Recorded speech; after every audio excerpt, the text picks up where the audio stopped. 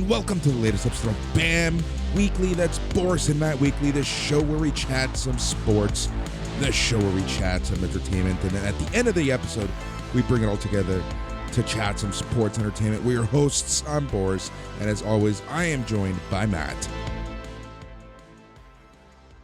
Bonjour. How's everybody doing out there? We hope you're doing well, Boris. It's a rainy, kind of dreary day in Toronto. But, you know, the sports world is looking up. It's also kind of dreary and dreary and just gross in the world of professional wrestling. We might skip sports entertainment on this episode entirely just because I don't want to talk about CM Punk again, you know? Yeah, that's the thing, right? Like, it's been a hell of a week. We'll get to it. We're going to talk some Impact, but I think that's the best way to put it, right? Like, I think this subject has been talked about more than enough, and then some. Every show last week has talked about it. We've talked about it. I've talked about it like 1,000 times. So yeah, we're going to put it to bed. We're going to chat some Impact.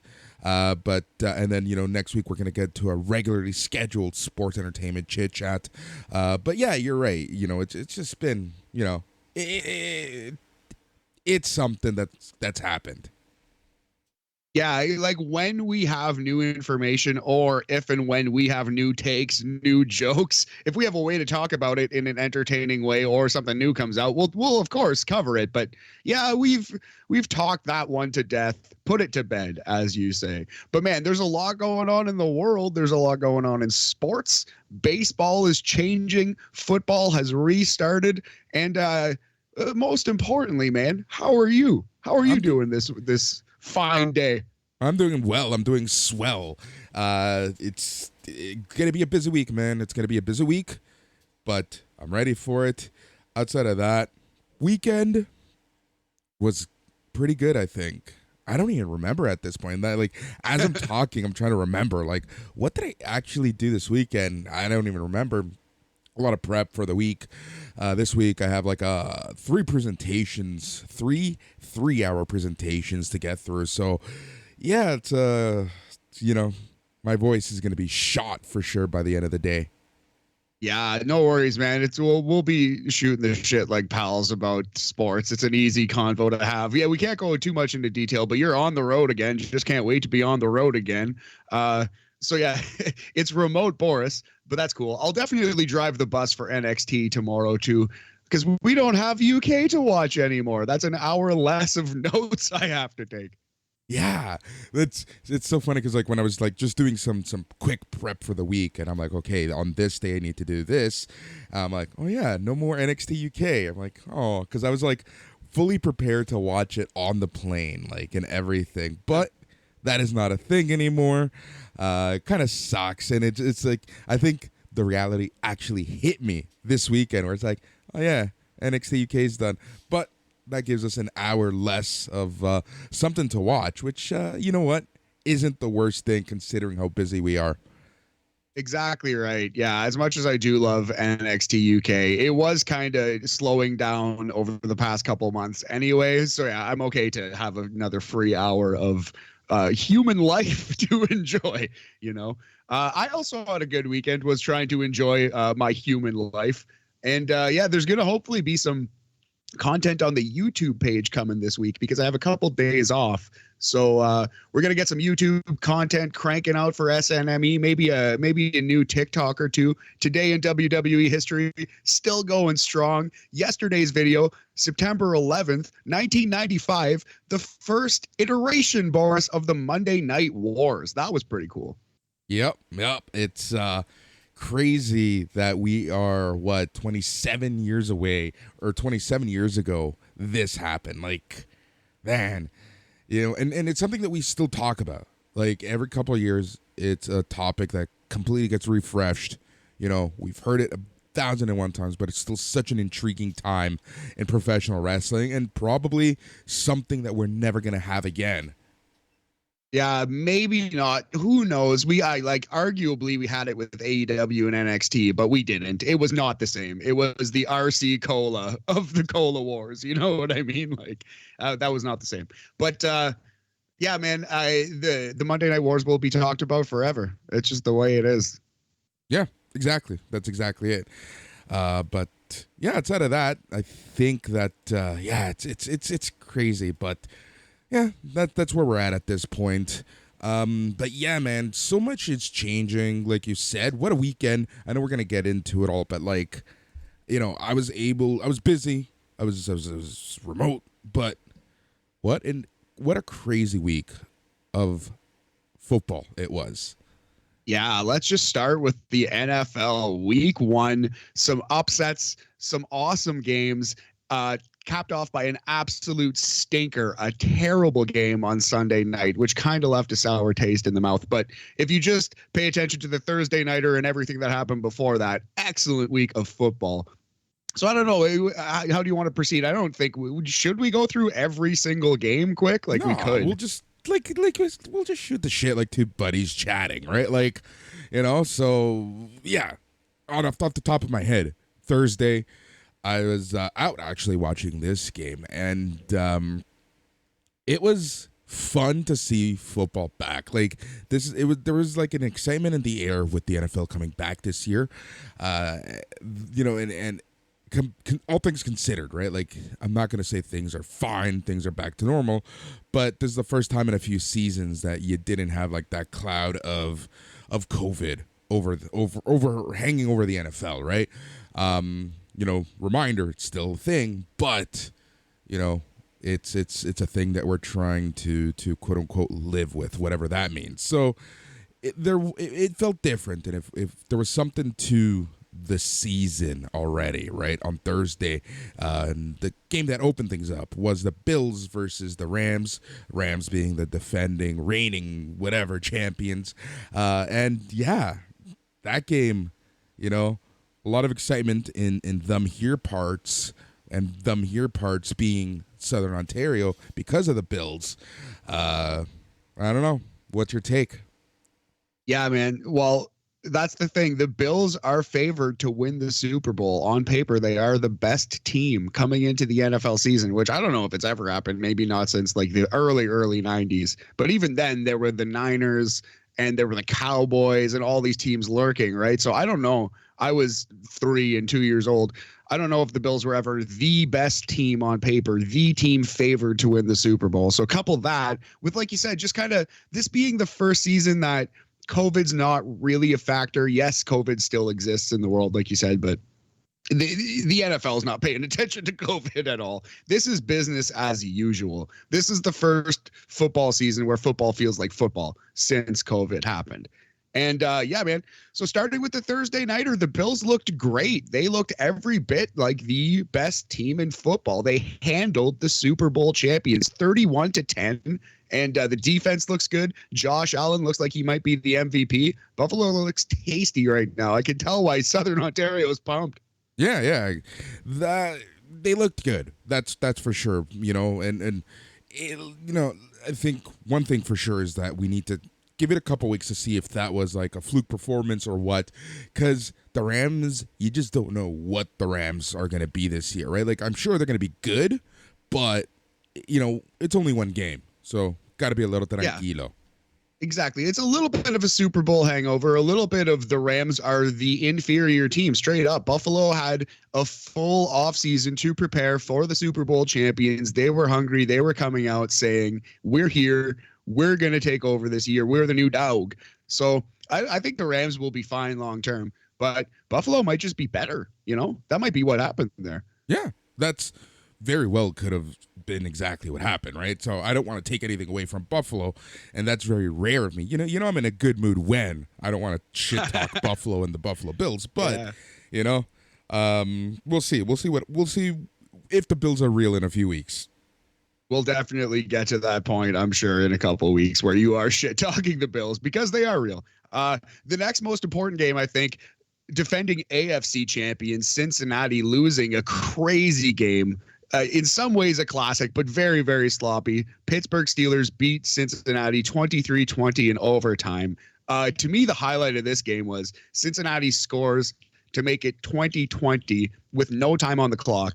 And all they have to do is kick the extra point to win the game. And our boy, ex-Miami Dolphin, Minkah Fitzpatrick, with an absolutely incredible blocked kick to send this game into overtime, eventually win it for the Steelers. I think he also had an interception. He was wreaking havoc this entire game. After week one, Fitzpatrick, defensive MVP, defensive player of the year, clubhouse leader is Minkah Fitzpatrick. Yeah, that was absolutely crazy. Like I was caught the end of that game, and it's funny because like the TSN here in Canada, for lack of a better term, they're in Canada, whatever, you know what I mean. They were already reporting that the Bengals won that game. They kind of went ahead of themselves, said, "Oh, Steelers lost," and then when they caught back from commercials, like, "Oh, by the way, that point after attempt didn't happen, didn't go through." So that was like, hilarious. Yeah, little faux pas there. But it's crazy because that was not the only game where kicking was kind of the difference maker. I have a feeling that on this Monday morning, there's going to be a lot of kickers being the only first and last people left on that practice field, to say the least. Indianapolis had a chance to win the game. Rodrigo Blankenship, Indianapolis kicker, missed a makeable field goal. That game was a tie. Indy, Houston, both 0-0 and 1. Yeah, some suspect kicking. The Browns seem to have landed on a nice kicker by the name of Cade York. He was the only kicker drafted, actually, in last year's NFL draft. Browns beat the Panthers on a last-second 58-yard field goal, ruining the Baker Mayfield revenge game. So there was some buzz about the Panthers maybe being good. I don't think the Panthers are very good. No, the Panthers are not good. They're literally not good. The only thing that they've added is Baker Mayfield, and he's not good. Like, there was a lot of controversy with what happened with Baker Mayfield and the Browns. We'll touch on that, I'm sure, at some point. But he lost the job for a reason.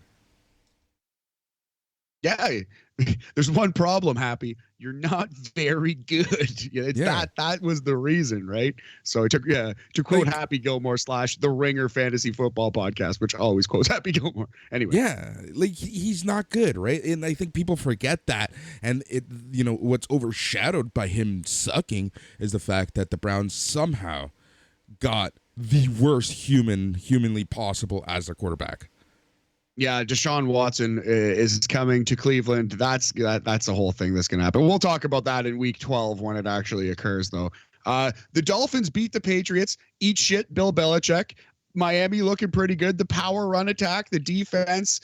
I don't know if it's going to be two a time in 5 years. I don't know if he's going to be the long-term answer for Miami. There was a couple. I saw one tweet, which was Tyreek Hill has to intercept Tua's interceptions to get catches, and they showed a video of him battling with a defender. So it's true. It's like Tua's he's not a great quarterback. God bless him. In college he was, but he's banged up. He's playing in the pros with less physical gifts than he had 5 years ago. It's just I don't know. But I do like Miami's coaching. I like their roster, except for Tyreek Hill, who can eat shit. I don't like him, but. Man, it's a decent time to be a Miami Dolphins fan. They whipped the Patriots' ass. It was not close. Yeah, it wasn't close, but if you're watching the game like that, the last quarter and a bit of the game, I'm not saying that the Patriots were mounting a comeback, but if the Dolphins played like this throughout the entire game, they would not have won the game so easily as they did. That's fair. That's fair. I was not watching the full game. I was mostly on the old NFL red zone flipping around. There was a game in a monsoon, torrential downpour. The 49ers lose to the Bears. I'm seeing a lot of people panicking about the 49ers. I'm not worried about the 49ers. For one, they have two good quarterbacks. I still trust Trey Lance. But if Trey Lance sucks, they still have Jimmy Garoppolo. He's led them to the Super Bowl before. So not worried there. Also, they were missing George Kittle, who is top 3 tight end, one of the absolute best and most impactful players at that position. And during this game, they lost Elijah Mitchell, who is their starting running back, who is dope, and he was having a good game. And it was a run-heavy game. It was in the pouring rain. I don't know if you saw any pictures or videos from Chicago yesterday, but it was crazy. It looked like a tropical forest storm kind of thing. No, I completely missed this game, but I did hear about it. But I have yet to see any pictures or video. I wasn't really on social medias too much. So if I wasn't like flipping through the channels or watching the Red Zone, then I didn't see it. But yeah, this is a game that I completely missed.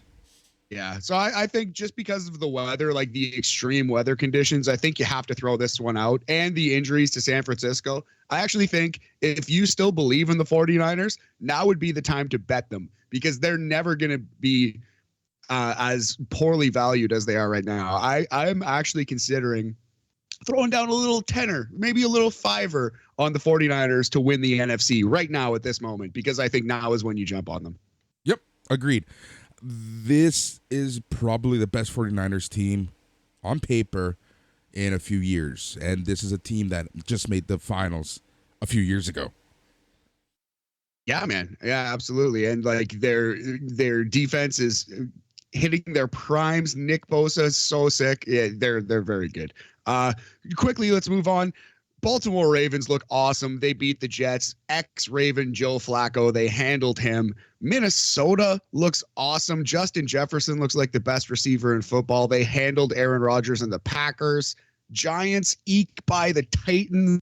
What are you thinking about the 4 o'clock slate of games here? I guess Ravens was 1 o'clock. Yeah, the Ravens was 1 o'clock. The 4 o'clock games, I think, which one was it? I believe it was it the Eagles? No, the Eagles was 1 o'clock. Yeah, there was the 4 o'clock was Vikings beat Packers, Giants beat Titans, the Chargers beat the Raiders, and the Chiefs stomped the Cardinals. Yeah, the Chiefs is the game that I was catching like here and there. That was just a complete ruffle stomp. Like there was nothing that Arizona had at all. Like Pat Mahomes just looked completely dominant in that game. Yeah, that was definitely a Kansas City Rafflecopter right there. Yep. The Chiefs are right up there with Buffalo and arguably the Chargers right now as the 3 best teams in all of football. You'll notice all 3 of them are AFC teams. 2 of them are in the same division. Yep. And somehow, my friend, the NFC is going to win the championship this year. I don't know who it would be. Like right now, the sexy pick looks like Minnesota because they pumped the Packers. They look really good, offense and defense. But I'm telling you, man, don't give up on the 49ers yet. It was the worst possible scenario for them. Yeah, by far. 100% by far. You know who might come out of the NFC East? Now that the Cowboys look like they're trash, Dak Prescott needs, back surgery? He needs some kind of surgery. Hand surgery. Does he also have a back injury and needs hand surgery? Well, how could his back hurt? It's not like how could his back hurt? He's not carrying the franchise or anything. It's rude. But no, he is not. He is at the moment not. So yeah, I don't know what Dak's long-term future is, but the Cowboys are in some deep trouble. They might be making a phone call to San Francisco to try to steal Jimmy Garoppolo. I wouldn't be surprised. Because that might don't know how long Dax has gone for. Poor guy though. Like, did you see the video of the fans like completely tearing him apart as he's injured, leaving the playing area? They're throwing shit at him too. Stay classy, Dallas. Like, yeah, that's rough. You hate to see it. If I'm Dak, I'm like, well, fuck this place. I'm never coming back. I go full CM Punk, eating muffins, talking shit about Jerry Jones, or I guess talking shit about the offensive line while Jerry Jones just watches in quiet terror. Yep, exactly. But yeah, so it's funny because that division, the Cowboys 0-1, everybody else won. The Giants won. The Eagles beat the Lions, and Boris, your boy Tony Khan loses. The Jaguars fall to the Washington Commanders, who quietly might be the best team. I do think it's the Eagles, but the Commanders are all right, man. Their defense is fucking sick. I still think that in the grand scheme of things, that division is still the weakest division in all of football this year. Like, I don't know what record is going to lead the the conference or the division there. I think the Eagles are good. I think the Eagles will be like 11-6, and everyone else is like 8-9, 9-8. Yeah, I don't know. Like the Giants are okay. I don't know about the Eagles though, man. Like I don't know. I don't trust them. I mean, I understand that Jalen Hurts he's not Tom Brady in the pocket, but he's got something. They've got an offense figured out. He's an incredible runner, Jalen Hurts is, and I think Philly's going to be okay. I think they're like a solid 10-7, 11-16. Yeah. All right. Before we finish with football, let's talk about the snooze fest that was the Sunday nighter. Yeah, just a terrible game. Tom Brady looks great. Bet against him at your own peril. I bet on the Cowboys, so I was bitter just watching this game. They scored 3 points. Dak looked hurt. Everyone looked off. I thought CeeDee Lamb was going to have a good game. Thank God I didn't take him in fantasy because I'd be pissed having to hold on to him for the rest of the year. But yeah, CeeDee Lamb does not necessarily look like a number one receiver in football. Zeke looks washed. Cowboys are in deep trouble. They are looking like they're closer to a rebuild than the Super Bowl. Yeah. It's crazy. Like that, I think that statement is 100% fact, and it's crazy to think because, like, you know, they were ready, like Leaf fans, right? Like ready to start the parade before the season even started.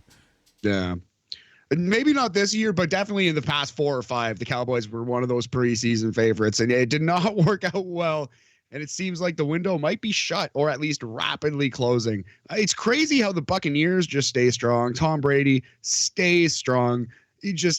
Julio Jones even looks revitalized. They have so many weapons. Brady has never had this many weapons on a team before, both offense and defense. The Buccaneers roster is nasty. So if Tom Brady stays healthy and keeps playing, it doesn't retire at week 9, the Bucs are a Super Bowl favorite. Maybe they're the team that comes out of the NFC again. The only thing that's going to stop Tom Brady from having a great season is his wife.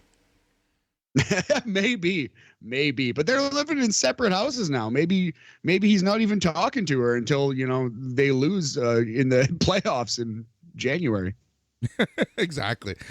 But yeah, week 1, like what a crazy week 1. It was a very fun week 1. Like, have you ever seen a noteworthy week 1 like this week? It's a lot. Like, it was a lot of fun. Like you said, a lot of storylines come, a lot of injuries, some really important injuries. We didn't mention TJ Watt for Pittsburgh out for season. That's devastating. Dak, like we said, for the Cowboys, out for a long time. And just Google the injury report. There's some devastating injuries. But first and foremost, the arguable one of the defensive player of the year candidates on the Steelers' great defense, TJ Watt, out for season, torn pec. So, yep, that torn pec, that's getting everyone nowadays. Oh my God, adrenaline in the soul of the Pittsburgh Steelers fans. So yeah, tonight we have the Monday Nighter, the Russell Wilson revenge game. Denver Broncos in Seattle to play the Seahawks. It'll be 5:15 local time, 8:15 Eastern, and I think the Broncos are going to crush the Seahawks. The Seahawks are bad this year. Oh, they're horrible.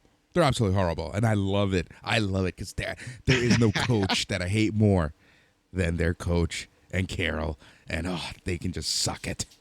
That's hilarious. Yeah, USC, not a fan of USC. I love USC, but he's the coach that I blame for all of their issues, with the whole tampering and all that fun stuff. Right, the fall of the program. You're putting on Pete Carroll. Yep. I am 100%. All right, before we finish and wrap stuff up, how's your fantasy team looking?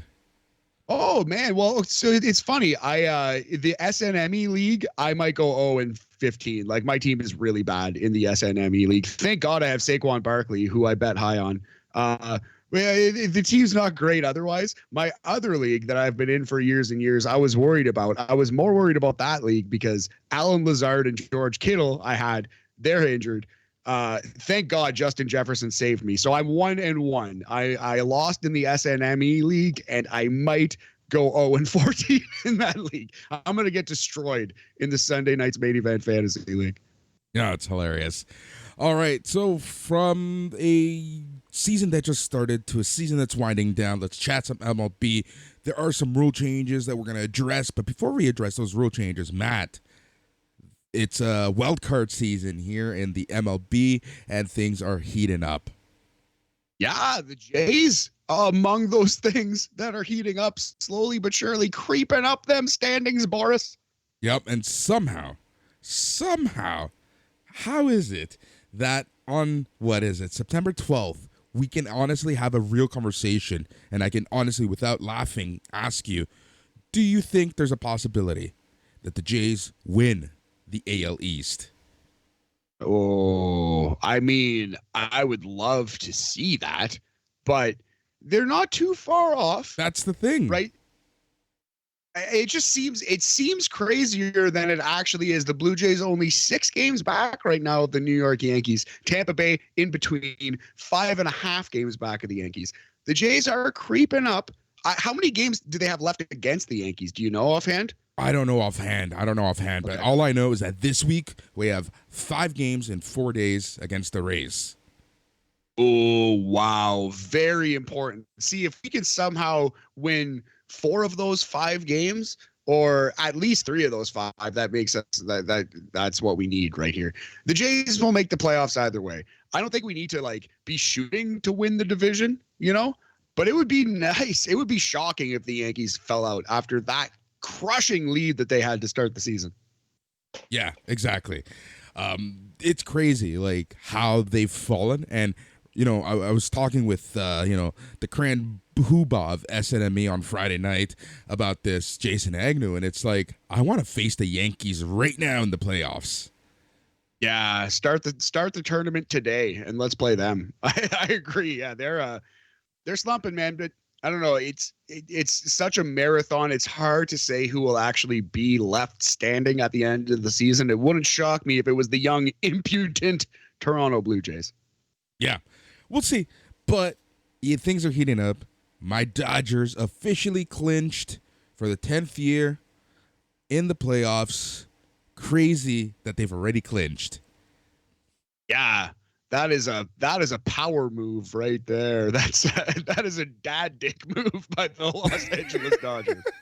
And they haven't whipped it out completely yet because they've only clinched the playoffs. They haven't won the division just yet. Just the tip, just for a second, just to see how it feels. The Los Angeles Dodgers. That's their message for the season. Yeah. So moving on to baseball rule changes. Yeah, let's talk about the 3 rule changes that have happened. There's a lot of controversy around this. The players didn't like 2 of the changes. And the third change was unanimously voted on. So let's talk about the controversy. Let's start with the pitch clock. All right, the goal with this is to cut out downtime. Especially when runners are on base. We've talked about this in the past. This has cut down the games about an average of 26 minutes in AAA.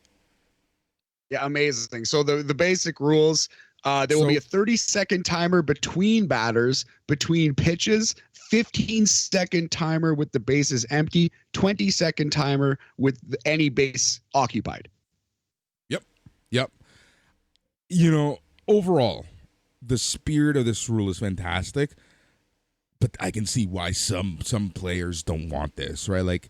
Thinking about their pitchers, thinking of how long, it is between pitches for some guys, man, thinking historically a pitcher like a Hideo Nomo would not do well in this pitch clock. Someone like the Blue Jays, Alek Manoah, he's just going to kill it, and then you have, another historic pitcher like a Burley, whatever. But there are some pitchers who are going to struggle with this. And dare I say, that it might completely change the game for some pitchers. What are your thoughts? I'm for it at the end of the day, right? But I can see how some purists and pitchers themselves aren't too keen on this. Yeah, I actually have a quote here from Charlie Blackmon, Rockies outfielder. I'm actually very against how it's happening, he says. It helps left-handed hitters like me, but anytime you have the boss implement something against the will of the players, that's not good for the game of baseball. It could have been great if we could have arrived at a conclusion together with compromise. That would have been nice. So I think a lot of players are upset about that maybe more than the rule change itself. The fact that such a dramatic change to the sport is kind of being thrust upon them. Here's the thing, that is though, where a the lot players, of it is coming. Okay, sorry for cutting you out. No, the go ahead. Players, it makes me laugh because you literally had a lockout this offseason where you could have put your foot down knowing that this was on the table. It's an excellent point. He can act like it's like, oh, as if they're doing this without telling us, but it's like not shocking. We all knew it was. Boris and Matt talked about this on our podcast 6 months ago. You know what I mean? Like, this is not a surprise. Either we're clairvoyants and know what's coming up, and we're gonna play the lottery. Like, it's the players sometimes, the union, like the players union sometimes just amazes me with the spin that they try to put on certain things, and with between the pitch clock and more so the shifting rules, in my opinion. Oh man, they're making it sound like this is coming from, dare I say, left field. Aha! Yeah, but it's not. It's absolutely not. We all knew these changes were coming, and the whole point of these changes is not to change baseball. It's to bring baseball back. It's to restore pace of play and singles, like base hits, and like just actual baseball rather than swinging for the fences and striking out with every single at bat. So I like personally these changes a lot. Very, very excited to see them. And like you said, it's not going to really affect the Jays too much. Alek Manoah specifically, he rocks. He does this anyway on his own. He won't even see the pitch clock. Yeah, exactly. All right, so that's the pitch clock. Let's talk about the shifting rules. The shifting rules is a very controversial one. It is literally, so, just to summarize, over the past, 10 years, we've been seeing the shifts happen. What the shift means is moving position players in the infield and the outfield to, using analytics to better position yourselves against a certain batter.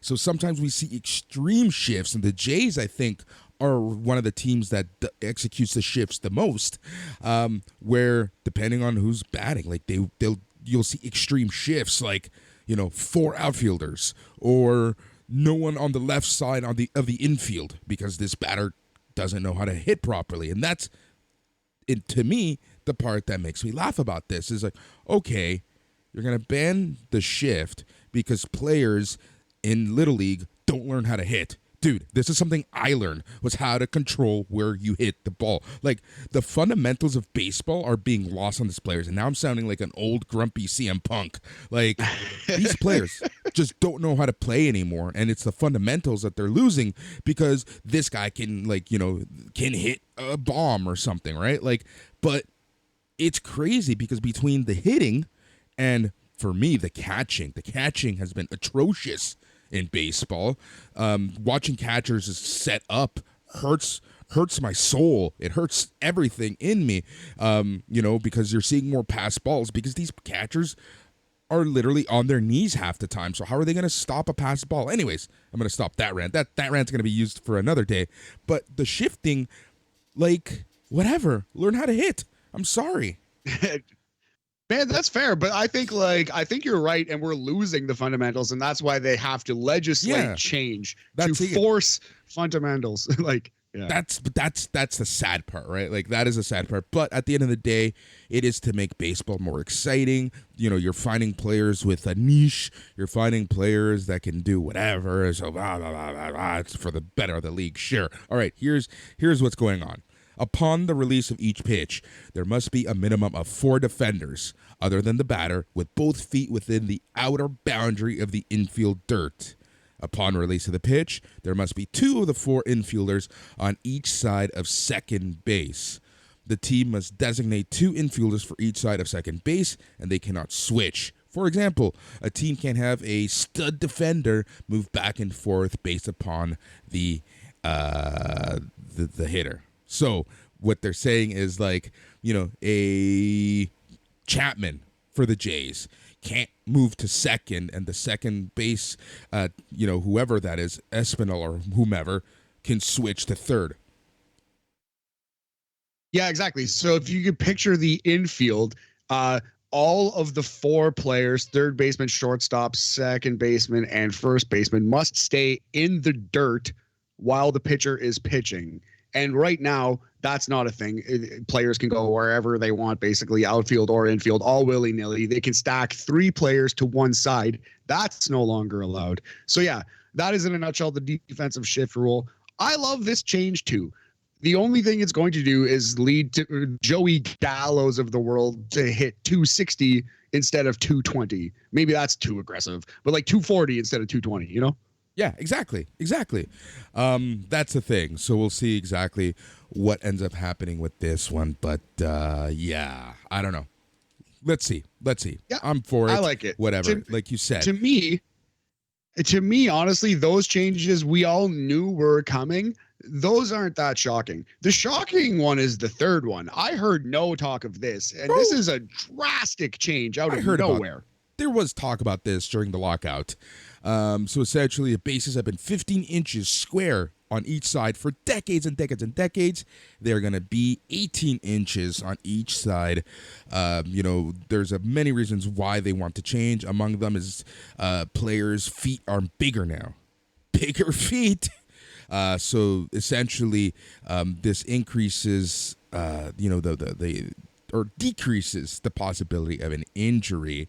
But this also it's going to be interesting to see what happens with first base and those cracker plays, right? Especially the bang bang double plays. I'm interested to see the analytics and the numbers on how often they don't get the double play next season because of these larger bases. That's a really good point too. I didn't even think of that one. I was just mostly thinking of the stolen base aspect of this. And also the company line here is this changes to give players more room to operate and to avoid collisions. So this one is being done for the health and safety of the players. So they say. In reality, it's being done to get people on base more. Flat out, to encourage more steals, to bring the game back to that small ball era. Yep, exactly. Which, whatever, I'm fine with. The players were fine with. Everyone was fine with this change. But it is a curious change, in my opinion, because those extra, never have I heard, man, those 3 inches are going to be great.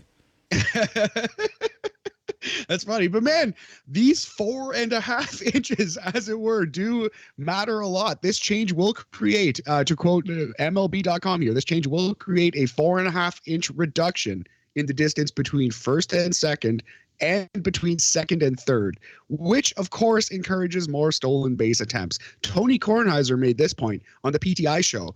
A lot of tags right now are made by the hair, the chinny chin chin. Like you very rarely see a catcher throw to second, guy go to tag the stealer out, and he's out by a mile. You know what I mean? It's very, very often just a bang bang super close call. So there's going to be so many more steals just on those 50-50 plays now. It's a clear steal for the stealer next year. Yeah, I think next year we're going to be seeing a lot more base runners, a lot more stealing, a lot more opportunistic plays. But I think the catchers and mainly the position players catching the throw from the catchers are just going to have to adjust. And I think they'll make the right adjustments in order to do the bang bang out. I think so. It's not going to be a revolution. We're not going to see Ricky Henderson stealing 100 bags a season immediately. But I bet you there's a guy on Texas whose name's Bubba Thompson. He's like a stolen base wizard. There's a couple guys, Vidal Bruin on Tampa, CJ Abrams, even, who was traded from San Diego to Washington in the Juan Soto deal. That guy swiped a lot of bag in the minors. There could be a stolen base boom, if not a complete and total revolution, and guys stealing 100, 200 bags like they used to. Yep, exactly. That's exactly it.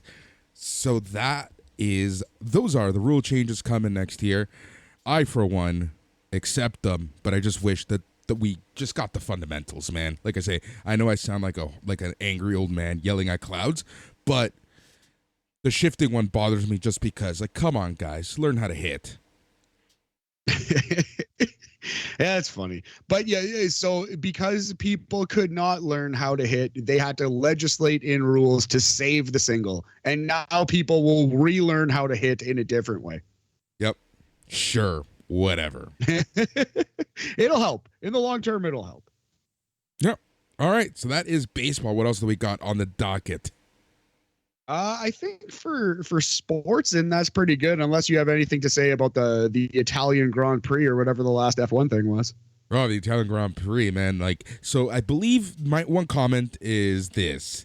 I believe that, it must have brought PTSD to Lewis Hamilton watching Max win with the safety car, especially considering how last year ended, number one. Number two, I think the past 3 years, the person who won the previous year DNF'd, did not finish the race the following year. Interesting. So Daniel Ricciardo fell victim to that, won the race in 2021, DNF'd 2022. Huh. So there's some weird juju around this Italian GP. Yeah, Jua, that's what they call it. Because it's the Italian Grand Prix. I love it. I love it. Right. So just looking at the schedule, the next race was... I think the listeners need to know. I'm in parts unknown. Can't disclose exactly where I am. Though if you follow me on social media, you'll know. It is only 5:16 in the morning here right now. Yeah, that's insane. I really appreciate you waking up early to do this thing, homie, from the West Coast. I was going to say, so looking at the schedule, I guess the next race was supposed to be the Russian Grand Prix, but that's obviously that's canceled. Not happening. So, no, sir. So the next race after that appears to be the Singapore Grand Prix, 8 a.m. Sunday, October 2nd. Yep. That's exactly where we're at next. So that's a thing. That's awesome. Going to be fun. Awesome. So yeah, I think that does it for Sports Chat. We'll be back talking some NFL Week 2 next week. It's a fun slate. The Thursday nighter is awesome. Chargers versus Chiefs. That could very well be your AFC title game. Dolphins play the Ravens. That should be a loss for us. It's going to be another fun week next week. Yep. Agreed. All right. So let's move on to some wrestling. Like we said, we don't have too much wrestling to talk about. We're not going to talk about the punk stuff. You can listen to an excellent double segment with Meltzer on the flagship SNME show. Mike did a great job kind of really breaking things down and talking about, Tony Khan needing to boss the hell up. Anyways, so that's that. New Japan Pro Wrestling. Before we talk about Impact, let's talk some New Japan Pro Wrestling real quick. Did you catch the shows last week? No, actually, I didn't. Please let me know what happened. I do have a little note here I want to touch on NJPW, but yeah, what's been going on in the world of New Japan? Nothing of note in terms of storylines. You are seeing Okada kind of and Jeff Cobb kind of going back at it, but I think the biggest takeaway for me was the fact that at Kurikan Hall last Monday, the crowd was able to cheer again. Oh, shit. That's awesome. That is so good to hear. Very, very excited. I can't wait to watch a New Japan show now. That's like, because it's funny. We were on Pro Wrestling Tees, me and my roommate, looking for t-shirts to, just because there was a deal on recently. And he liked Hiromu Takahashi shirt, the Time Bomb. Pretty dope shirt. So he bought it, and then he wanted to watch some Hiromu matches. So I loaded up New Japan World, showed him the match where Hiromu wins I forget what year it is, but where he beats Ishimori to win the Best of the Super Juniors not too long ago. Maybe 2018 or 19. It was 18, 19, I think. Yeah, incredible match. But man, the crowd, you just like watching an old classic New Japan match with that crowd just makes you miss it so much. So I can't wait for some new New Japan matches. Yep, exactly. Go out of your way to watch those shows. Actually, I believe the Monday show is free on New Japan World for everyone to watch. Awesome. That's definitely dope. Yeah, highly recommend checking that out. And I recommend getting a New Japan World thing or leeching off Boris's if he'll let you, like I do. Exactly. That's what we do here on BAM. Yes, sir. So yeah, big news. FTR to defend the New Japan, the IWGP tag team titles.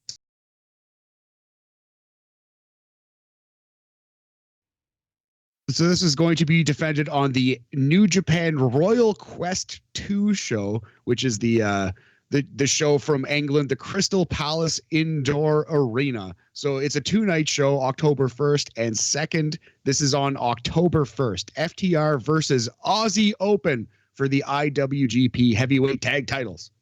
That is a perfect segue to Impact because Aussie Open actually opened up the show. But before we get to Impact, I'm really looking forward to that match.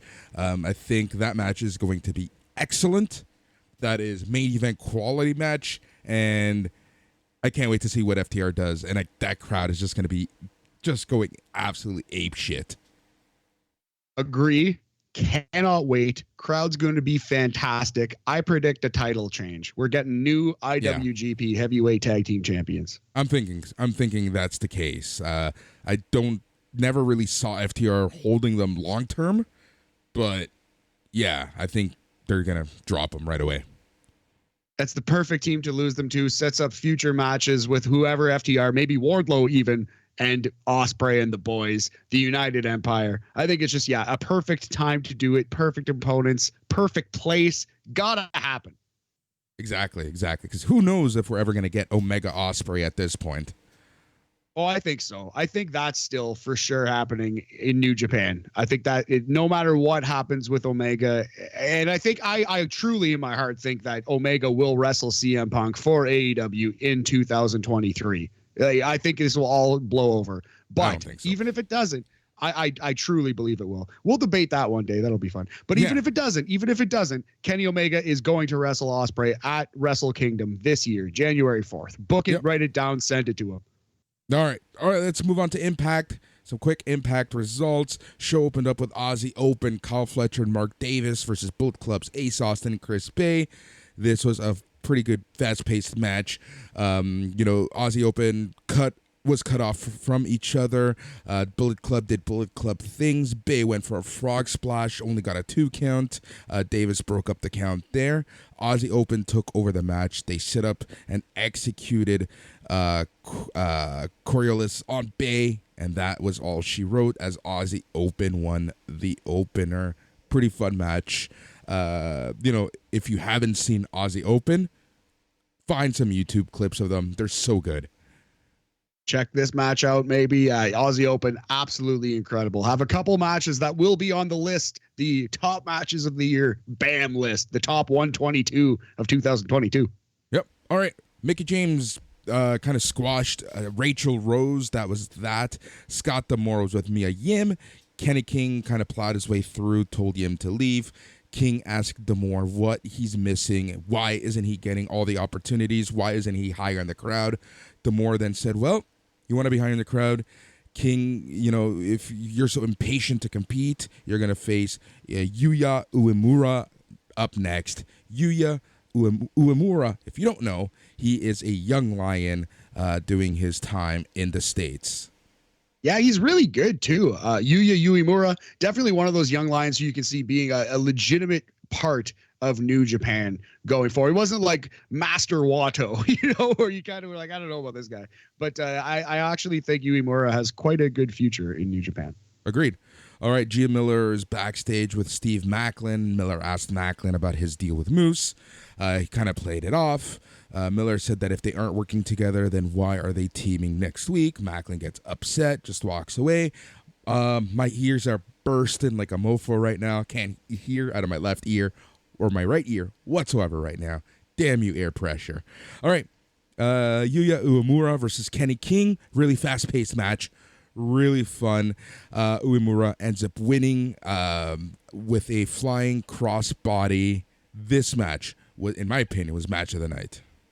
Damn, top rope crossbody like Ricky the Dragon Steamboat. Yep, good exactly shout. Like it. All right, Chelsea Green with Deonna Purrazzo versus Taya Valkyrie. Green eventually hits the Unpretty Her for the win. This match was cool. This match was Taya Valkyrie, the former Frankie Monet. I still love how we call her that sometimes. Taya Valkyrie was just overpowering Chelsea Green, but obviously they're really trying to put an emphasis on the tag team champs. So Chelsea Green comes out the winner here. Nice. I definitely love some what is it, VXT? VXT, correcto. Nice. All right. Gia Miller is with Jordan Grace. Grace had choice words first, meet Masha Slamovich. Then a message kind of pops up. Masha's going to kill you on a locker room wall. Oh, that is violent. Yeah, but right? All right. Some would say violent by design. By God. All right. Brian Myers versus Bhupinder Gujar. This was a thing. Myers wins. Gujar still takes the belt, and he doesn't want to give it back. This was a DQ finish. Sure, whatever. Eddie Edwards versus Heath. Man, I just don't have time for this. This is like classic Impact stuff. Heath was really Kevin Bennett walks out. Heath is focused on him. Edwards hits a low blow and then a Boston knee party for the win. After the match, Edwards called out Josh Alexander. He wants an answer because remember a few weeks ago, he's like, join me. We'll be better together than, facing each other. Alexander comes out. He stood opposite of Edwards. Honor No More then attacked Josh Alexander, essentially. Heath and Rich Swann, what a random combo to come out to help. Even the odds, but Honor No More take advantage. Edwards hits Alexander with a Boston knee party. I love that name so much. And then holds Alexander's title to end the show. I was going to say, can we take a second to appreciate how unbelievable that name is for a finisher? The Boston knee party. Top-notch work by you, Eddie Edwards. All right. Absolutely great. So again, tons of build-up here to Bound for Glory, but they do have a show in a couple weeks, one of those Impact Plus shows, and I'm interested to kind of see what the card's going to look like for that. So, yeah, Impact, I would say average show this week.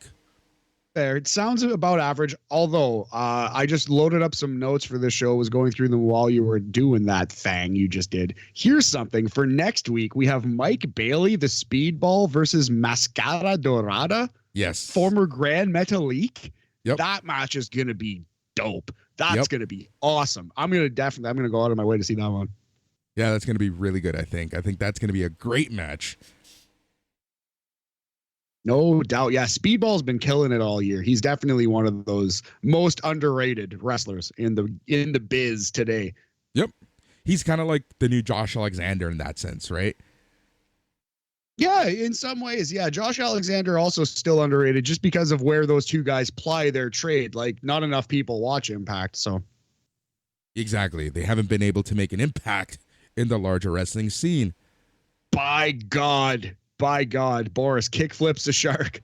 And, the more these jokes go on, the more I know I need a nap. I'm exhausted. I think we're done. Yeah, you got to go to sleep. I got to go to work. It's a solid little show, little sports chat. We'll be back doing it again, talking NFL Week 2. We have some gimmicks. We're going to have Paul York on the show soon. We're going to do a little 1997 draft. We're going to explain the rules of the wrestling draft and try that concept out. I think we're going to have Pat Sully back on to talk some Impact sooner than later. Lots of fun stuff happening. Exactly. Keep it locked here on BAM. And check out the main show because Mike is killing it. Sorry. Please continue. No, Mike is killing it for sure. Check out the main show. Like I said, this week's episode was great just because he gives you a real good breakdown of all things Punk and AEW and someone needing to step up. Cough, Tony Khan. He's Matt. I'm Boris. Until next time, stay tranquilo. Yeah.